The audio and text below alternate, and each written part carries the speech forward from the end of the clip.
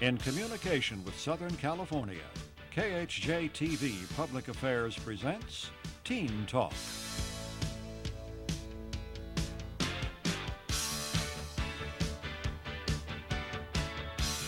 Approximately 3 to 5% of our nation's children are gifted, and a large number are never identified. 50% of all gifted students don't match their tested ability with their academic ability. Nearly 20% of all dropouts are identifiably gifted. There are approximately 213,000 identifiably gifted students in California, and only 188,000 of these gifted students are in special programs. Over 90 districts in California have been waiting for gifted funding since 1981. There's a great demand to encourage and nurture this special resource group, even though the gifted group only represents 3 to 5% of the population. I'm Joseph Feinstein, and today on Teen Talk we've invited a panel of gifted students to join us. Welcome, panel. Welcome to Teen Talk.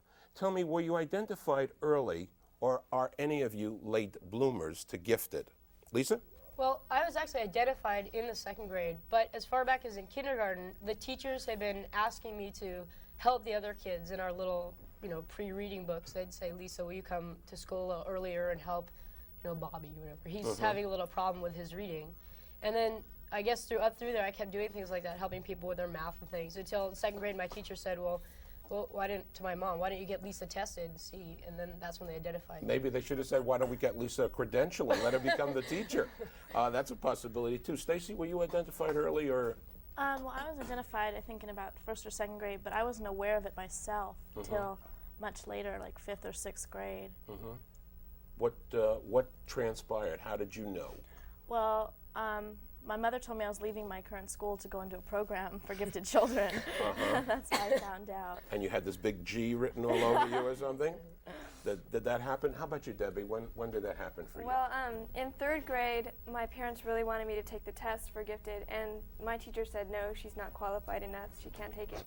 But in fourth grade, my teacher really wanted me to take the test, and I took it, and everything went fine, and I was in the gifted program. Beautiful, beautiful. David, has it been a new thing for you? No. In, I think, first grade, I was tested for the first time. And right after that, in second grade, I went to a different school with a gifted program.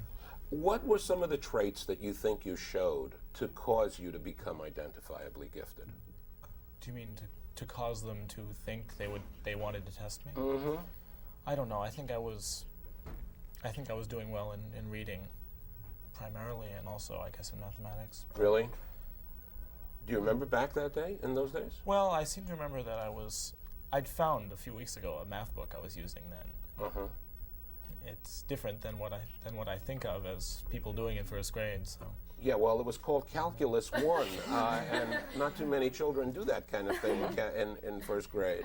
What about you, Jason? When did it all start for you? I'm not actually sure about that. Okay, well, last year or so, someone sent me this. Well, the office sent me a note telling me that I was going to be gifted, but I think I already was sometime in fourth grade, but I wasn't sure about it. You weren't sure? Yeah. One Christmas. One Christmas 20 years ago, Jason got notified. How do you feel about this status? How do you feel about being labeled gifted, Darlando? How old are you, Darlando? 13. 13.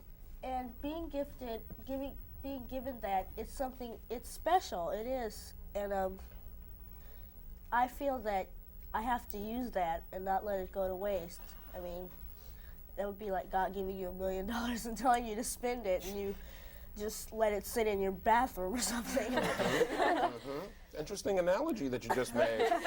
That's interesting. You compared gifted to the toilet. No, I understand what you mean, and what you said was very profound, rather profound. How about you? How did it affect you? How does it affect you? That's funny that he said that, because it didn't affect me at all. I never thought much of being gifted until you called me and told me that I was going to be on the show. Really? I never thought myself as any different from anybody else. Being gifted was never really an issue with me. I don't know. It doesn't create an elitist feeling of someone, you know, I mean, you know, 2 to 3% of the population has the intelligence that you guys have. And that's pretty special. That's a pretty unusual kind of thing. What does it mean to you, Nils? Well, it didn't give me an elitist feeling. There was a lot of jealousy from some people, but mostly... How or in what ways? Well, you know, after I was tested, I went to I almost immediately went to a new school because my mom wanted me to go to this school and I needed to take the test, and when I passed, I went there immediately. And then when and at that school there was a lot of tension between the people, you know. Well, they called us gifties. And then there was a lot of tension between the gifties and the non-gifties. I imagine you had some choice words for them too at the school. Talking about school for a moment, are you challenged at school? Does school present a problem for you, or is it a challenging experience? What does school mean to you, Lisa? Well, right now school's challenging. Right now I'm going through a phase at school, in the high school I'm at, where it is challenging, but in junior high I had a little bit more of a challenge. But I've never been at a point where I've been completely bored with school or anything. I've always, and as far as I see it, it's as much as you're willing to put out for it, because if you're with a class that's slow or something, if it's that awful, you can always talk to the teacher, and most of the teachers I've had will always be willing to help anybody who's in that situation.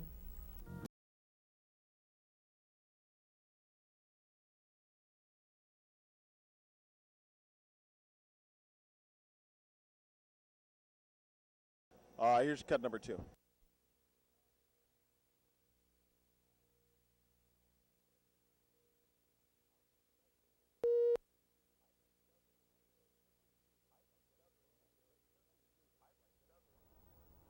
I've discovered that there are certain clues to identifying a gifted student.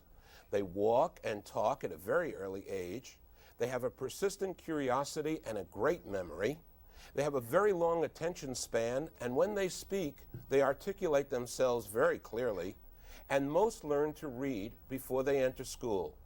Panel, are any of these characteristics true of you and your background? Stacy, you want to take that one? Okay, I learned to walk and talk and speak at kind of a young age, but... About 3 days, I venture to say. But as far as speaking very clearly and articulately, I think most of the gifted people that I know talk faster than their mind works faster than their mouth, myself personally. So they talk quickly, and it's harder to understand them. I understand. Nils, did this happen to you? No, actually, you know, I didn't talk, and I talked until I was, you know, 18 months, but I walked pretty early, I guess. I mean, maybe it's because I learned 2 languages at the same time. Do you have that curiosity factor? Well, I guess I'm curious. Yeah, really? I mess around with, you know, I pick things up and I look at them in a toy store and break them sometimes. What about you? What about you, Lisa? Yes, I suppose I'm curious. I don't really know as far as how old I was when I started walking and talking, but I've always liked to find the answer to something. I'm not satisfied with just hearing that's because or something. There was a story in Look magazine a number of years ago about this little boy, this Korea's genius, the 2.5-year-old, and I told it to my children in my classes, and I asked them, I invited my students to write to him in South Korea, which they did, and then he wrote us back, and I have this 8-page letter, 4 pages in English and 4 pages that he wrote in Korean, asking us to invite him to come to the great Grant High School and be a student at Grant High School at the age of 2.5. He was reading and writing 4 languages at the age of 2, and his IQ is measured at 210.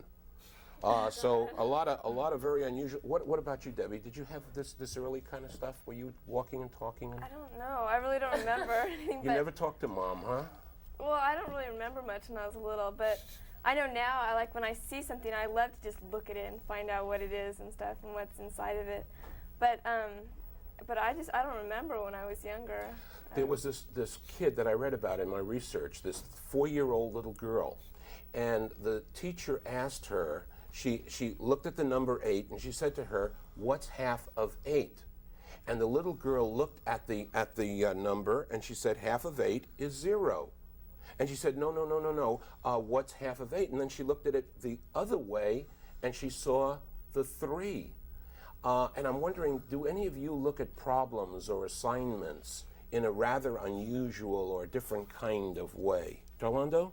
Well, sometimes I do. It depends on what the assignment is, because some things I pretty much understand like everybody else, but if it's something that, I know more about than some people, I tend to look at it differently.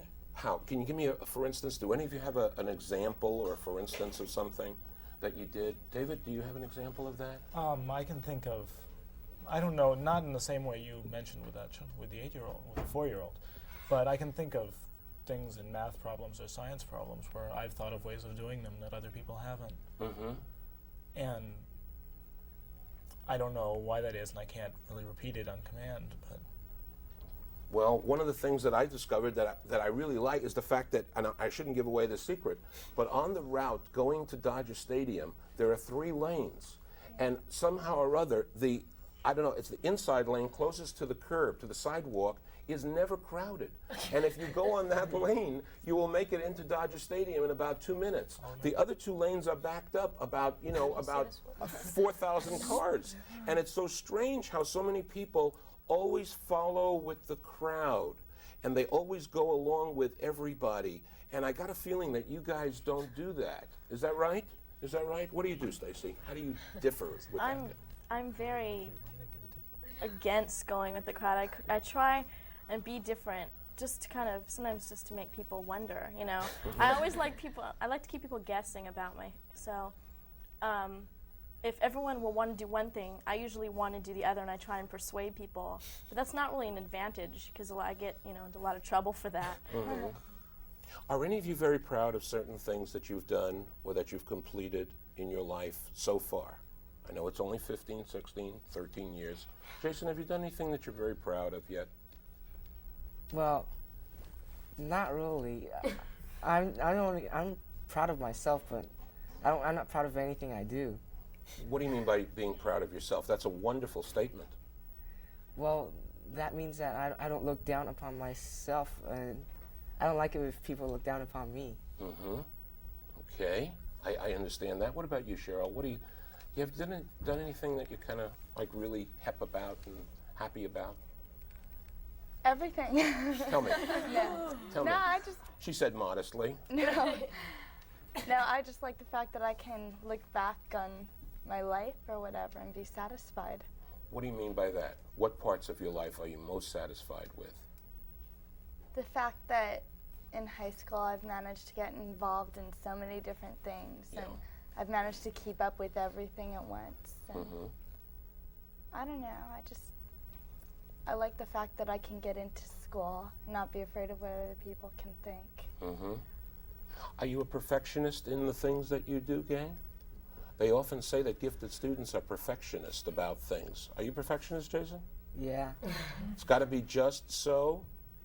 How does this make you feel? What kind of things are you talking about? Well, when I draw some pictures, I'm pretty good at drawing pictures. I mess it up. Then I'm really mad at myself, and I keep erasing it over and over again until I get a big hole in the paper.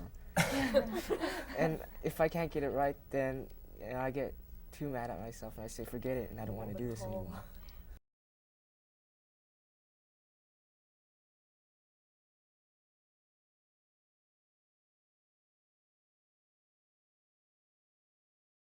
Cut number 3.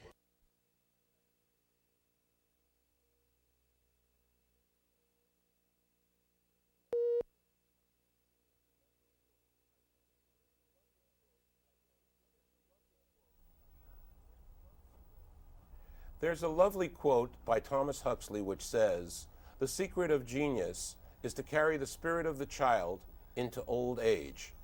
Do you think you're always going to have a youthful and curious nature about you? Darlando? Yes, I believe that I will, because I've always been curious, and I enjoy being young. I really do. I mean, I don't think I'd trade my age for anything. Me too.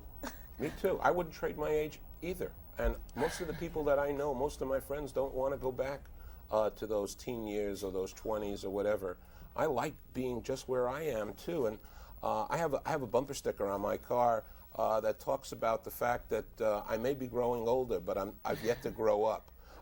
And that's the fact of the way I feel. What about you? What about you, Niels? Well, I guess I'm curious. It's just, it's just the way you are. In what areas are you curious? Probably math is my favorite topic, and if you're curious in whatever you like, and if you like everything, then you're curious in everything. If you don't like anything, then you're probably not curious. Do you have that curiosity in almost everything, wondering how things began, how things emerge, how things work? Yeah, and pretty much in everything, I guess so. Really? Mm-hmm. How does it show itself? I guess that I'm gifted, I guess. That's a nice quality that's there. It's always a nice quality that's there. You're very lucky. All of you are very, very lucky that this kind of thing was bestowed upon you through heredity, through the genes, through God, through whatever forces that were working to make you the very special person that you are. But then again, I believe everybody is special, and this is just one of those little pluses that are working in your behalf. Debbie, do you have that curiosity about things that makes you wonder how do things work and what's going on? Well, yeah, but as far as like if I'm going to have a curious life, I just hope that I have a really exciting life, and I want to make it really exciting. Because I could just not imagine being old and people, having to depend on other people, because I just want to be independent for the rest of my life. And I'm just really happy that I'm young and that I'm at this age and that I like it. Beautiful. Does school help you along toward the gaining of this curiosity? In other words, does it stimulate you, or is it challenging? Are your teachers challenging? Is the environment a challenging one? David? Well, I don't know. I think it seems like one of the functions of school is to get rid of curiosity in the young, but that's a very sad commentary. I don't know. I get that feeling that the regimentation is more important. I don't think that it completely destroys it, and I think it can be challenging. But I don't think that our schools are set up to provide for people acting differently than. You're in a magnet school. You're in a special program, aren't you? No, I'm not. I was for 8 years, but. Tell us about that. What was the magnet school about? It was. I don't know, smaller classes, the better teachers at the school, I presume. And we had, that's one thing, I never really thought about being gifted because generally everybody else in the class was also. And I think the students in those classes had a much better experience as far as the teachers encouraging creativity than a lot of other students did. Were you challenged? Yes. Constantly? Getting the juices flowing and stuff like that? Well, there were some bad days. There were some bad days. Does school stimulate you? Yeah?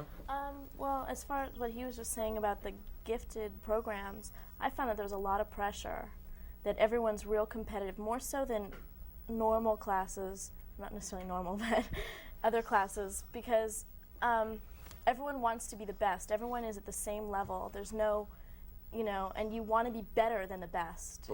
So I found that really difficult. I didn't like that, and that's why I got out of the program. Well, you'll find that in med school. You'll find that in law school, where all the kids in those places are 4 O's. Then some will be 4 plus O's, and then 4 plus O's. Yeah, go ahead, Cheryl. Well, what you were saying about competition, Stacy, I find that competition just drives me on, and it stimulates my brain more than if I was easily ahead of everybody else. Because if I find I have to work harder to be better than everybody else, then I'm going to, because I kind of like that feeling. Yeah, David says competition is fine as long as I win. That's a great way to look at it. What about you, Lisa? Have you been challenged at school? I have been challenged at school, and I guess that's basically because I have been in programs. I have been around people who have been, the same level as I am, if not higher, and it's always a goal for me to try to, understand as much as the next person. And my friends and I, we talk about it, we joke about it, because it's one of the things that I guess keeps us as friends and together, is that we're always helping each other, but trying to, catch up with each other. And, it stimulates us to try and learn more, I think. What contributions, you're a very special breed apart kind of thing, what contributions would you like to make to this society? And what would you like to bring in the years to come with your gift that's been given to you? Darlunda, what would you like to do? Well, I would like to make a name, a different name for gifted people, because it's so hard to be gifted and do what you want to do, because going with the crowd and pressure from your peers and sometimes your family. And I enjoy making people happy.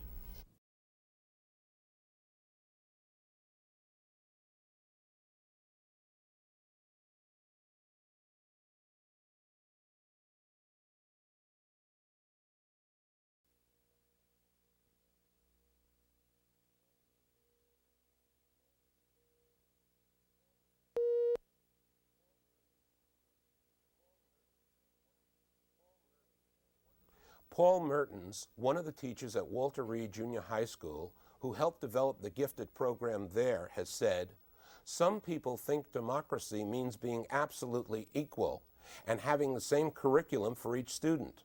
But in a real democracy, we owe to each individual the opportunity to develop his or her talent to the utmost.